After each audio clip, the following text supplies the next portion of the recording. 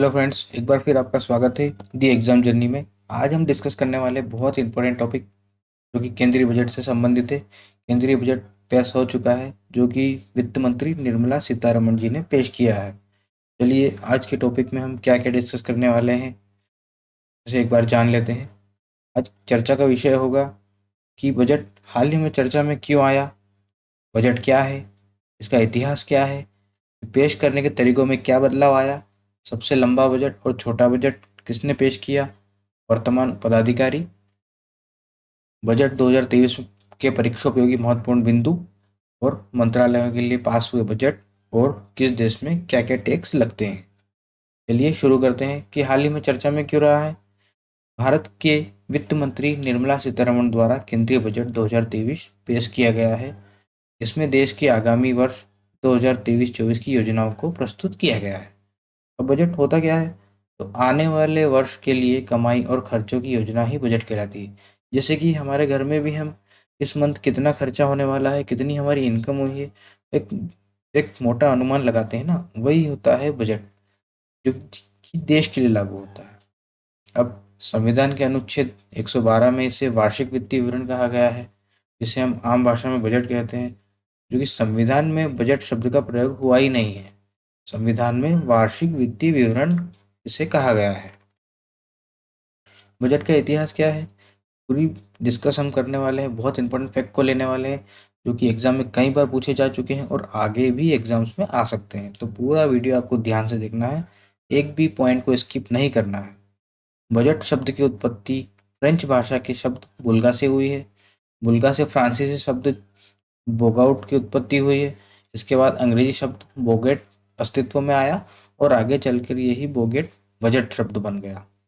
समझ गए ना कि कैसे बुल्गा शब्द आया, उसके बाद फ्रांसीसी शब्द बोगाउट हुआ और बोगेट अस्तित्व में आया और बोगेट ही बजट बन गया।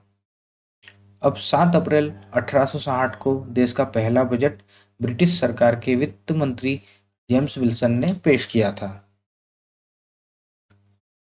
1924 से 1999 तक बजट फरवरी माह के अंतिम कार्यकारी दिवस तक शाम को 5 बजे पेश किया जाता था। तो इसका मतलब क्या होता है कि 1924 से लगे 1999 तक बजट फरवरी माह के अंतिम कार्य दिवस को शाम को 5 बजे पेश किया जाता था। वर्ष 2000 में प्रथम बार वित्त मंत्री यशवंत सिन्हा ने बजट 11 बजे पेश किया। स्वतंत्र भारत का प्रथम बजट पहले वित्त मंत्री आर के षणमुख चेट्टी द्वारा 26 नवंबर 1947 को पेश किया था। 28 फरवरी 1950 को भारतीय गणतंत्र की स्थापना के बाद पहला बजट 1950 को जॉन मथाई ने पेश किया था। इंपॉर्टेंट फैक्ट है, बिल्कुल आपको याद रखना है। आर के षणमुख चेट्टी स्वतंत्र भारत के पहले वित्त मंत्री थे और उन्होंने पहला केंद्रीय बजट भी पेश किया था।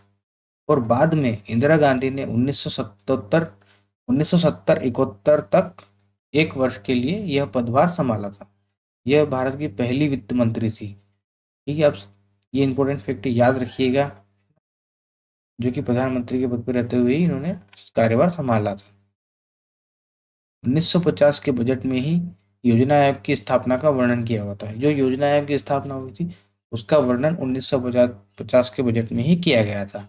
हालांकि अब योजना आयोग बंद हो चुका है, उसकी जगह नीति आयोग ने ले ली है। सी डी देशमुख वित्त मंत्री होने के साथ भारतीय रिजर्व बैंक के पहले भारतीय गवर्नर भी थे। इन्होंने 1951 से 1952 में अंतरिम बजट पेश किया था।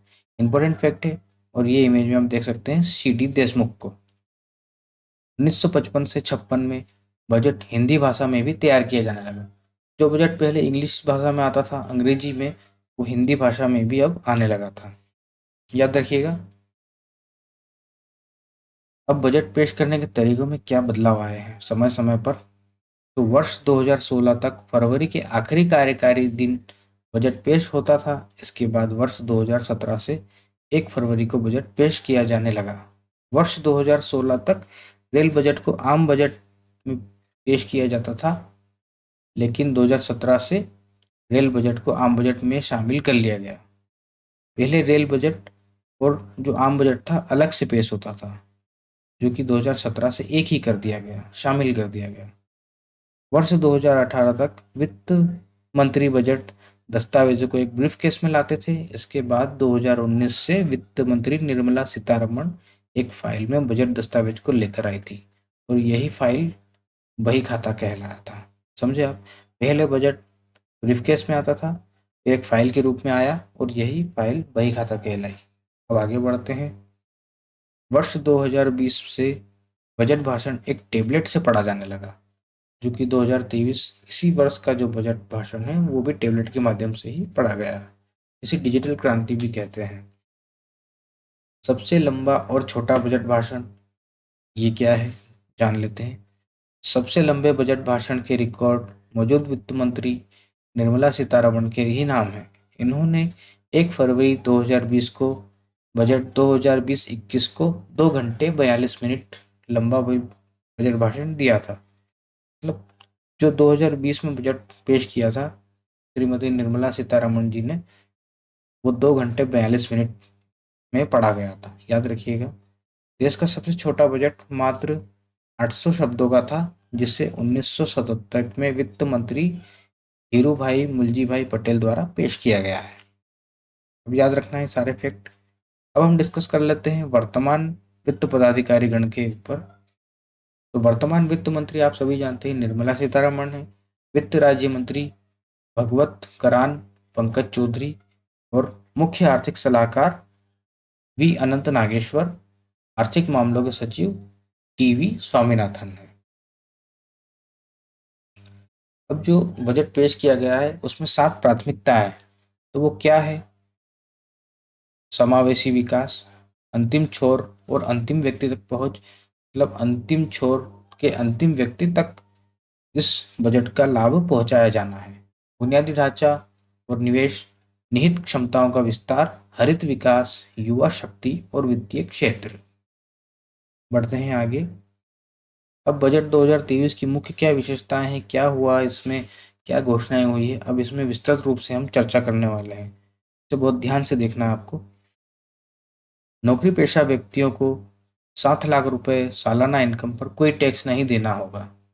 देखिए इमोजी में भी स्माइल है। क्या सस्ता हुआ है इसके बारे में डिस्कस करते हैं। इलेक्ट्रिक वाहन, खिलौने, साइकिल, ऑटोमोबाइल, भारतीय mobile phone, camera, lithium ion battery, LED TV, online gaming, CNG और जीएसटी के बाहर किया गया है। सीएनजी को जीएसटी के बाहर किया गया है, इससे इसकी कीमत कम होगी। सीएनजी से भी कई सारे वाहन चलने लगे हैं, आप सभी जानते ही होंगे। इसे अब जीएसटी से बाहर किए जाने की घोषणा हुई है। बायोगैस से जुड़ी चीज़ें भी अब सस्ती होगी। अब क्या महंगा हुआ है? महंगे की बात सुनकर इमोजी का भी फेस देख लीजिए।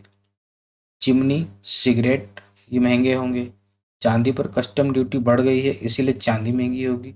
सोने और प्लेटिनम से बने सामान या आभूषणों पर सीमा शुल्क बढ़ाया गया है। चलते हैं आगे। युवाओं को 3 साल का महंगाई भत्ता देने की घोषणा हुई है, जिसमें 47 लाख युवाओं के लिए pen India national apprentice scheme शुरू की जाएगी, जिसके तहत 3 साल तक भत्ता दिया जाएगा। 3 साल में 740 एकलव्य मॉडल स्कूल में शिक्षकों और स्टाफ की नियुक्ति के तहत 38,000 नौकरियां लाई जाएगी। 157 नर्सिंग महाविद्यालय भी खोले जाएंगे, जिससे रोजगार सृजन बढ़ेगा। ये इम्पोर्टेंट है।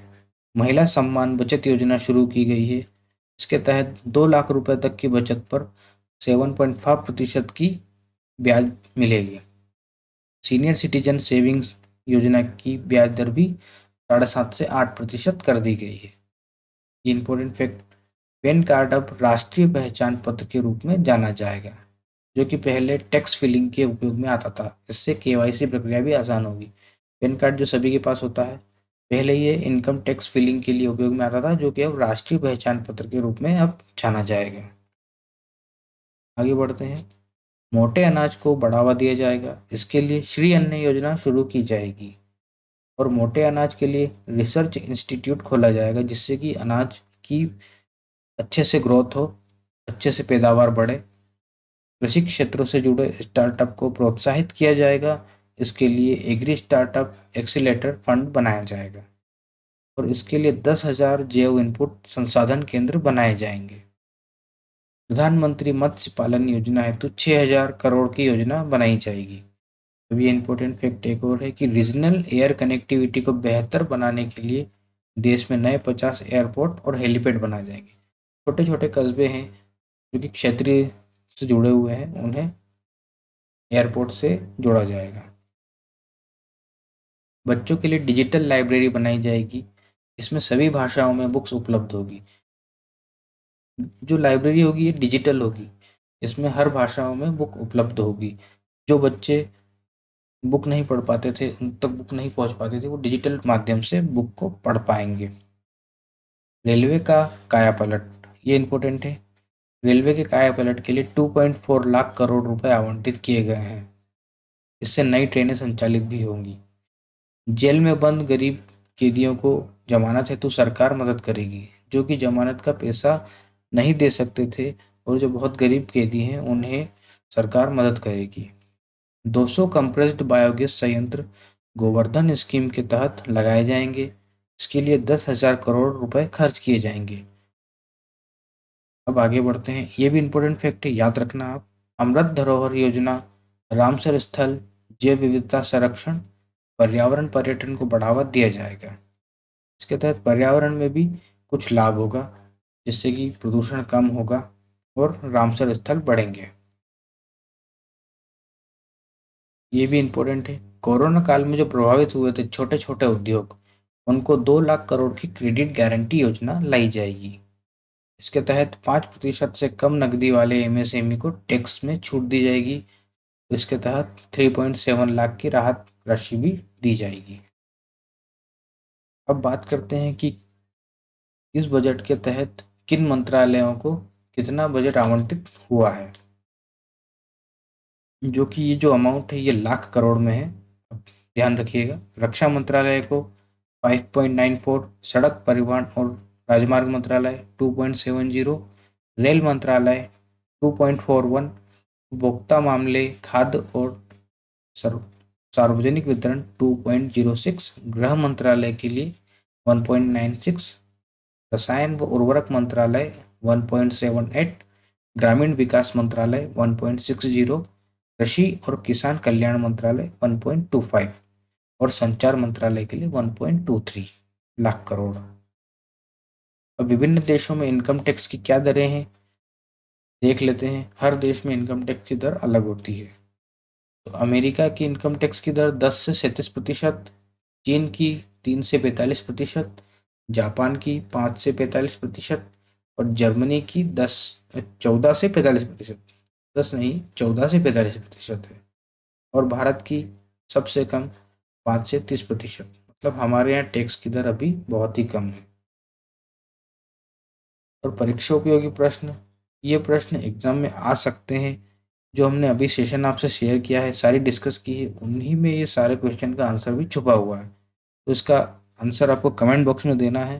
भारतीय संविधान में किस अनुच्छेद के तहत वार्षिक वित्तीय विवरण का उल्लेख किया गया है। दूसरा प्रश्न है, स्वतंत्र भारत के प्रथम बजट पेश करने वाले वित्त मंत्री कौन थे। तीसरा प्रश्न है, रेल बजट और आम बजट को एक साथ कब से पेश किया जाने लगा।